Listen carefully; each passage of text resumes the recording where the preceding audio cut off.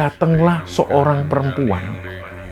Menurut Magarsono, perempuan ini sangat anggun sekali. Pakaiannya begitu mewah berlapiskan emas, dan beliau ini memakai baju dengan dominan warna kehijau-hijauan. Tapi ini ada pesan juga dari Kanjeng Ratu. Nanti ketika kami antar, kami hanya mengantar sampai perbatasan hutan. Setelah itu Magarsono dan yang lainnya ini silakan jalan sendirian ya Mbak. Kami pulang kembali ke keraton. Tapi ingat Mbak, jangan menoleh ke belakang. Beliau ini bilang, "Oh ala Karsono, kowe iki ternyata pentas wayang nang keratone Nyi Roro Kidul."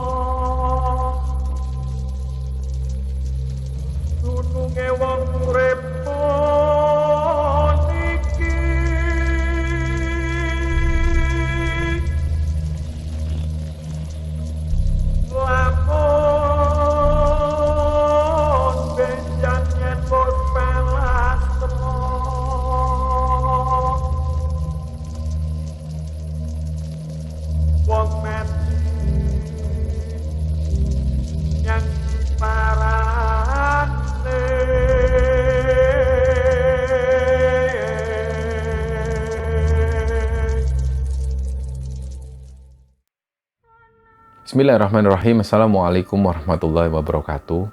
Sobat Kembara Sunyi dimanapun berada.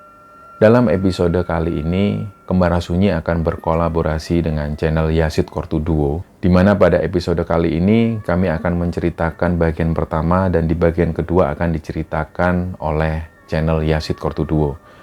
Untuk teman-teman yang nonton tayangan ini dan belum subscribe, jangan lupa untuk subscribe lebih dulu, dan untuk kalian yang telah mendukung channel Kembara Sunyi sampai sejauh ini, kami mengucapkan terima kasih banyak. Semoga amal kebaikan teman-teman dibalas kebaikan berlipat oleh Allah Subhanahu wa Ta'ala.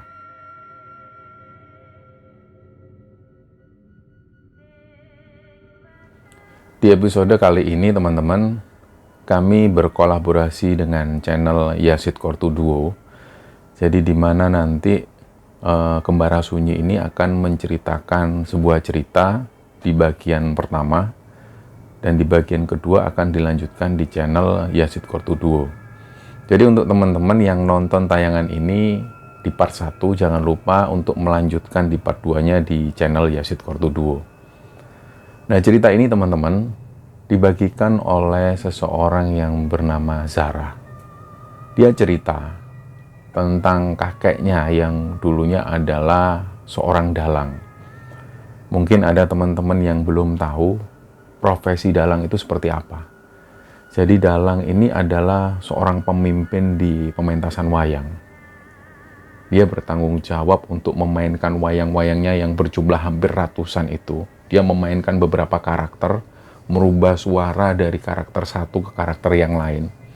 Selain itu juga di grup wayang ini terdiri dari beberapa pemain musik yang memainkan alat-alat musik gamelan.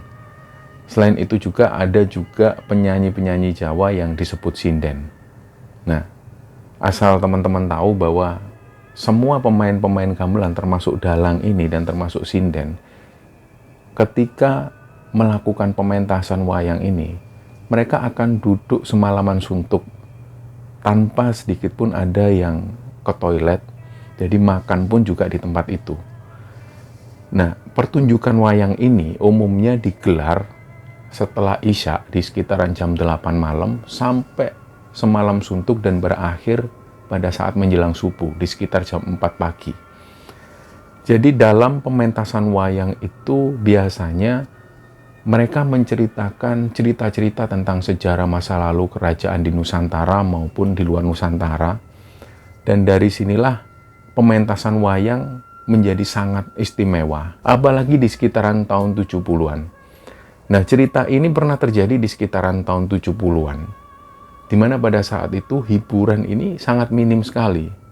Jadi ketika ada kabar akan ada pementasan wayang yang digelar, otomatis seluruh rakyat yang ada di dekat sana ini akan berbondong-bondong menuju ke sana untuk menikmati pementasan wayang ini.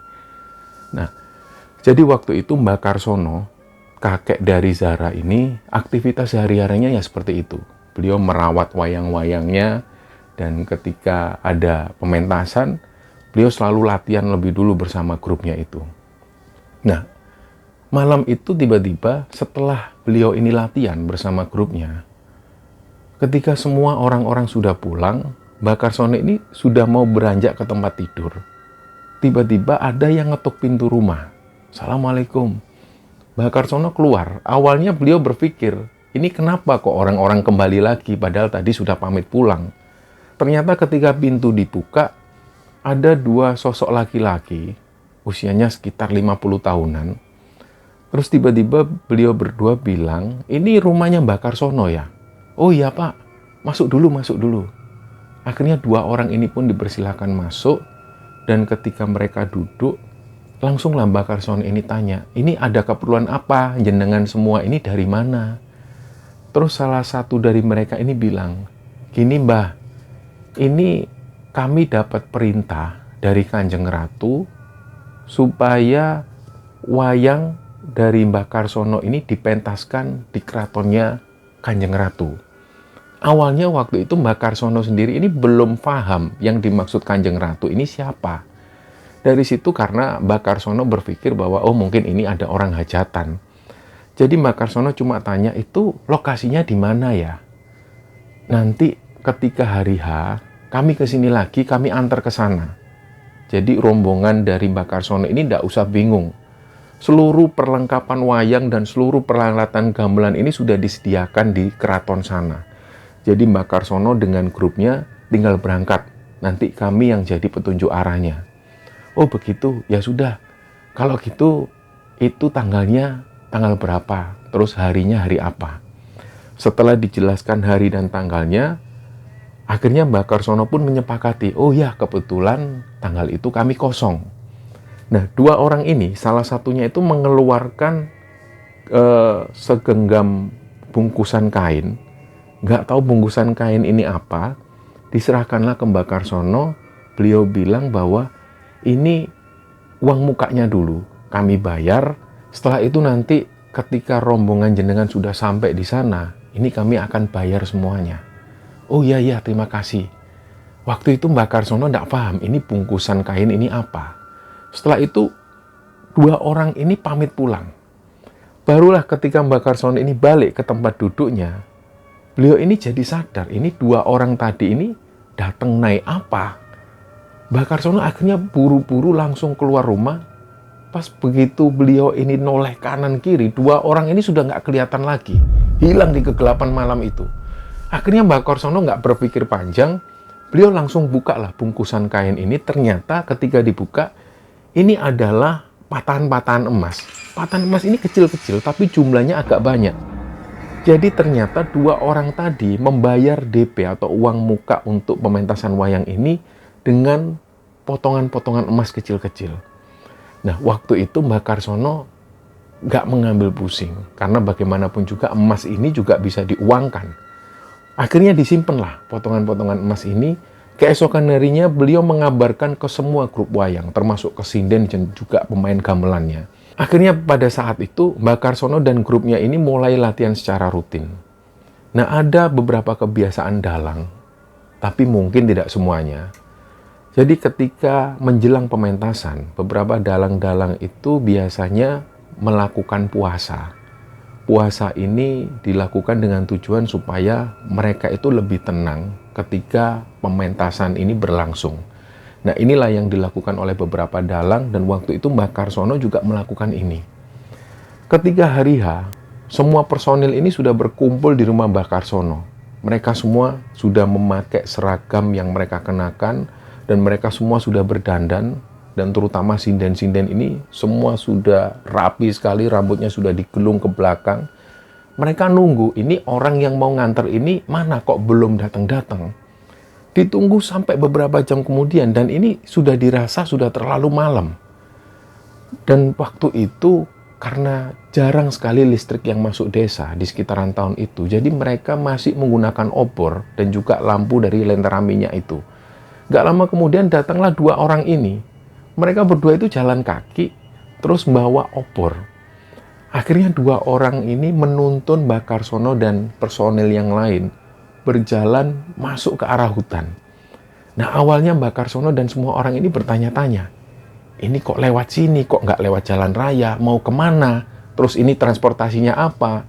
Dikiranya waktu itu mereka akan naik truk di depan jalan raya. Ternyata dua orang ini membawa masuk Mbah Karsono menuju dalam hutan. Jadi di dalam hutan itu yang mereka lihat ini cuma gelap. Hanya sesekali mereka melihat bayangan-bayangan pohon. Dan nggak lama setelah itu hampir setengah jam mereka jalan, sampailah mereka itu di sebuah tanah lapang. Tanah lapang ini besar sekali. Dan di situ Mbah Karsono juga kaget. Duh, kok ada keraton di daerah sini? Nah, keraton ini berdiri sangat megah sekali. Dihiasi dengan lampu-lampu lentera minyak itu. Di pojok kanan, pojok kiri. Jadi terlihat bahwa keraton ini sangat mewah. Dihiasi dengan lampu-lampu minyak itu. Yang jadi pertanyaan orang-orang ini, kok ada keraton? Selama ini kita kok nggak tahu ini keraton apa. Tapi karena waktu itu mereka hanya bertugas untuk mementaskan wayang, jadi mereka nggak banyak bertanya.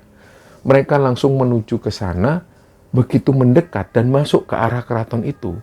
Mbah Karsono ini juga kaget melihat kelir atau layar dari wayang ini yang sudah terpasang di sana. Berikut juga dengan wayang-wayang yang sudah tertata rapi. Bahkan waktu itu Mbah Karsono sempat mendekat dan sempat memegang wayang-wayang ini. Mbah Karsono juga heran, ini wayang dengan kualitas terbaik. Kulit-kulitnya pun dibuat dari kulit yang terbaik. Ukiran-ukirannya pun juga halus. Jadi Mbah Karsono heran, ini pesan di mana wayang kayak gini? Nah setelah itu, belum habis keheranan dari Mbah Karsono, ternyata beberapa orang pemain gamelan ini juga saling memuji. Mereka juga heran ketika melihat peralatan gamelan yang begitu berkilau. Ternyata gamelan-gamelan ini dibuat dari bahan kuningan yang berlapis emas. Dari situlah karena mereka rame berbisik-bisik, Mbah Karsono akhirnya menoleh ke belakang. Kenapa ada ribut-ribut apa? Ini Mbah, ini alat-alat gamelan ini dari kuningan tapi lapisannya emas. Jadi dari situ mereka semua heran. Ini pasti orang kaya. Yang punya rumah ini pasti orang kaya. Mana orangnya? Mereka ini masih mencari tahu di mana keberadaan tuan rumah. Tapi waktu itu mereka masih belum melihat tanda-tanda dari tuan rumah ini. Nah, nggak beberapa lama setelah mereka ini dipersilahkan makan di sebuah tempat, makanannya pun juga istimewa. Makanan-makanan ini jarang sekali didapatkan oleh orang-orang di masa itu. Jadi Mbah Karsono dan teman-teman ini juga heran. Ini makanan didapat dari mana? Di tempat yang sepi seperti ini, jauh dari keramaian, mereka bisa dapat bahan-bahan ini dari mana? Nah, dari situ Mbah Karsono belum sempat berhenti heran dengan kejadian waktu itu. Ternyata Mbah Karsono melihat semua orang yang ada di sana, pemain-pemain gamelan dan juga sinden-sinden ini, ternyata mereka sudah menikmati hidangan itu. Akhirnya Mbah Karsono pun juga ikut-ikutan makan. Setelah mereka makan kenyang, akhirnya datanglah seorang perempuan. Menurut Mbah Karsono, perempuan ini sangat anggun sekali. Pakaiannya begitu mewah berlapiskan emas. Dan beliau ini memakai baju dengan dominan warna kehijau-hijauan. Waktu itu saking herannya Mbah Karsono, beliau itu sampai sempat terdiam. Ternyata nggak hanya Mbah Karsono yang terheran-heran.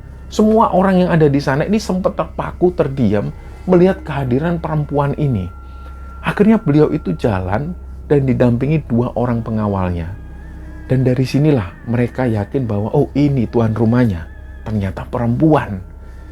Ketika beliau ini datang mendekat, intinya pada saat itu beliau ini bilang ke Mbah Karsono dan juga orang-orang yang ada di sana, mereka menyambut kedatangan Mbah Karsono dan mereka mempersilahkan Mbah Karsono untuk mementaskan wayang pada malam itu.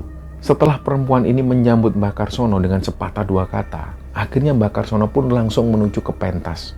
Mulailah wayang ini digelar.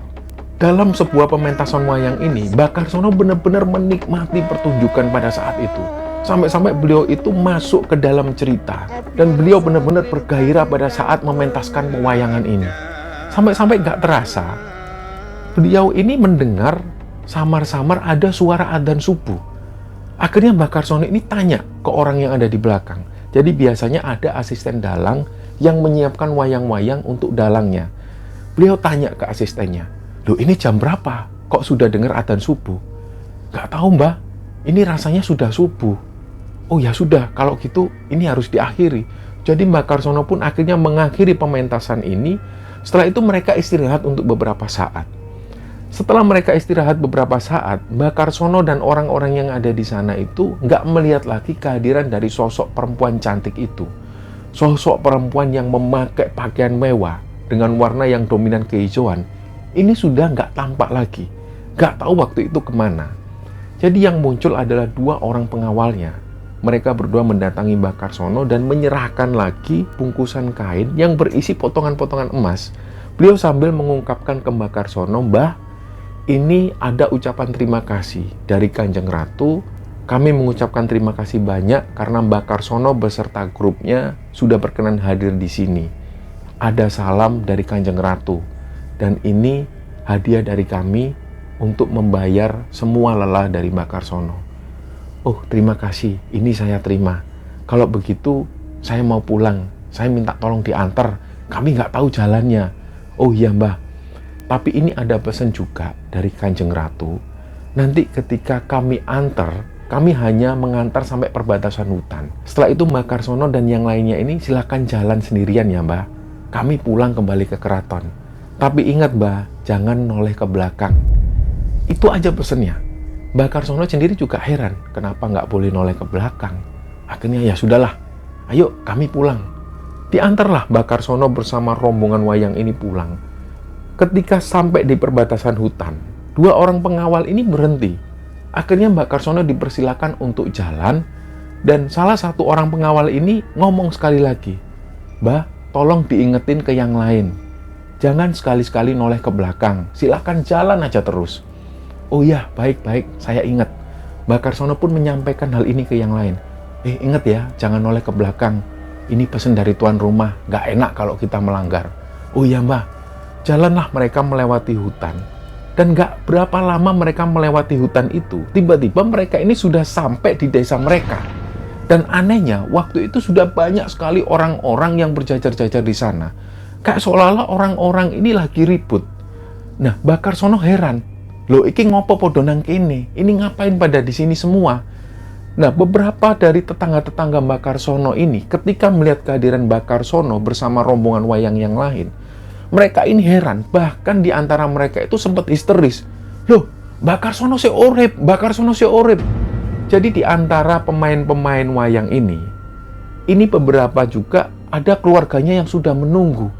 Akhirnya dari mereka ini langsung berlarian memeluk satu sama lain. Dan waktu itu istri dari Mbak Karsono sendiri ini langsung datang menghampiri Mbak Karsono. Mbak Karsono dipeluk. "Tekon dia itu Pak, tekon dia itu Pak." Nah, Mbak Karsono ini juga heran, "Loh, kan kami ini sudah pamit. Aku sudah pamit ke kamu kalau malam kemarin itu ada pementasan wayang." Terus semua orang ini masih heran. "Ya sudah Pak, ayo pulang dulu, pulang."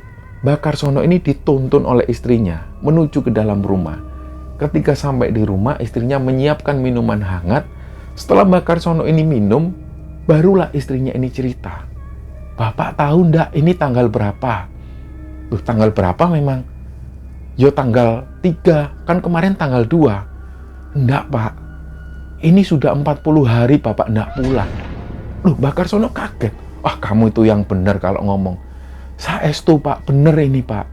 Kami warga di sini ini sudah bingung, menyangka bahwa Bapak dan orang-orang itu kecelakaan di jalan. Wong kami ini nggak tahu Bapak sama rombongan itu berangkatnya kapan.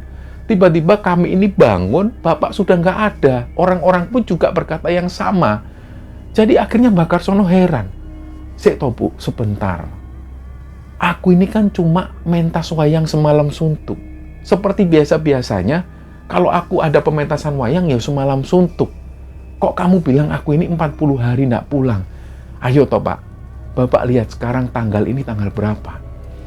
Begitu Mbak Karsono ini ngelihat, Mbak Karsono sempat nggak percaya. Ini kan masih tanggal 3, Bu. Kemarin aku tanggal 2 pentas. Ora Pak, bukan. Ayo sekarang ngomong ke tetangga-tetangga yang lain. Ternyata semua tetangga ini menyampaikan hal yang sama. Bahwa Mbak Karsono bersama semua rombongan ini sudah tidak pulang selama 40 hari. Disitulah akhirnya Mbak Karsono ini agak shock. Kok bisa seperti itu? Akhirnya semuanya dikumpulkan. Seluruh pemain-pemain gamelan dan seluruh sinden yang waktu itu ikut pementasan wayang di keraton itu, mereka disuruh bersaksi. Ayo kalian semua ngomong, biar nggak terjadi fitnah. Kita berapa lama pentas di keraton itu? Mereka semua bilang bahwa mereka cuma semalam suntuk. Dan ketika para tetangga ini meyakinkan kepada semua rombongan wayang, termasuk ke Mbak Karsono, bahwa Mbak Karsono dan rombongan ini nggak pulang selama 40 hari, mereka masih nggak percaya. Setelah semua orang-orang ini bingung, heran, akhirnya Mbak Karsono ini ditanya, sebenarnya jenengan itu pentas di mana? Apa ini benar rumahnya orang? Barulah Mbak Karsono cerita. Dari awal, dia didatengin oleh 2 orang. Mbak Karsono ini nggak curiga sama sekali. Dan waktu itu Mbak Karsono juga bilang bahwa mereka semua ini dibayar dengan potongan-potongan emas. Dan waktu itu Mbak Karsono juga cerita, mereka pentas di sebuah keraton yang mewah megah. Dan tuan rumahnya adalah seorang perempuan cantik anggun. Beliau pakai pakaian istimewa dan warna-warnanya itu dominan kehijau-hijauan. Nah, ketika Mbak Karsono cerita seperti ini, ada tetangga-tetangga yang lain yang lebih sepuh dari Mbak Karsono. Beliau ini bilang, "Oh ala Karsono, kowe iki ternyata pentas wayang nang keratone Nyi Roro Kidul." Nah, di situ Mbak Karsono juga kaget. Masa iya toh Pak? Wis toh, aku yakin kalian ini sudah masuk ke keratonnya Nyi Roro Kidul. Karena kalian sudah hilang selama 40 hari dan kita ini gak tahu keberadaan kalian di mana. Dan ciri-ciri yang kalian sebutkan itu, ini adalah ciri-ciri keraton dari Nyi Roro Kidul. Nah, disitulah Mbak Karsono akhirnya berpikir ulang, termasuk juga dengan orang-orang yang lain yang waktu itu sempat ada di keraton tersebut. Mereka berpikir, oh pantesan, waktu itu mereka makan dengan hidangan-hidangan yang sangat lezat, dan sangat tidak mungkin di era-era itu ada orang yang menyuguhi makanan dengan makanan yang mewah seperti itu. Selain itu juga, mereka akhirnya berpikir, seperti pemain-pemain gamelan yang waktu itu memainkan gamelan, mereka heran, mana ada perangkat gamelan dengan lapisan emas seperti itu. Dan Mbak Karsono juga ingat-ingat lagi, wayang-wayang kulit yang dijajar rapi, ini sempat dipegang oleh Mbak Karsono. Ukirannya begitu rapi, begitu istimewa, dan dari bahan kulit yang sangat istimewa. Mbak Karsono akhirnya mengingat lagi kejadian waktu itu. Akhirnya Mbak Karsono pun mulai percaya bahwa pada saat itu memang Mbak Karsono bersama grup wayangnya ini sudah pentas di keraton Nyi Roro Kidul. Dan itu benar-benar berkesan sekali bagi diri Mbak Karsono dan juga terutama bagi para pemain-pemain yang lain. Mereka nggak menyangka awalnya bahwa pada saat itu mereka ini telah pentas di keraton Nyi Roro Kidul.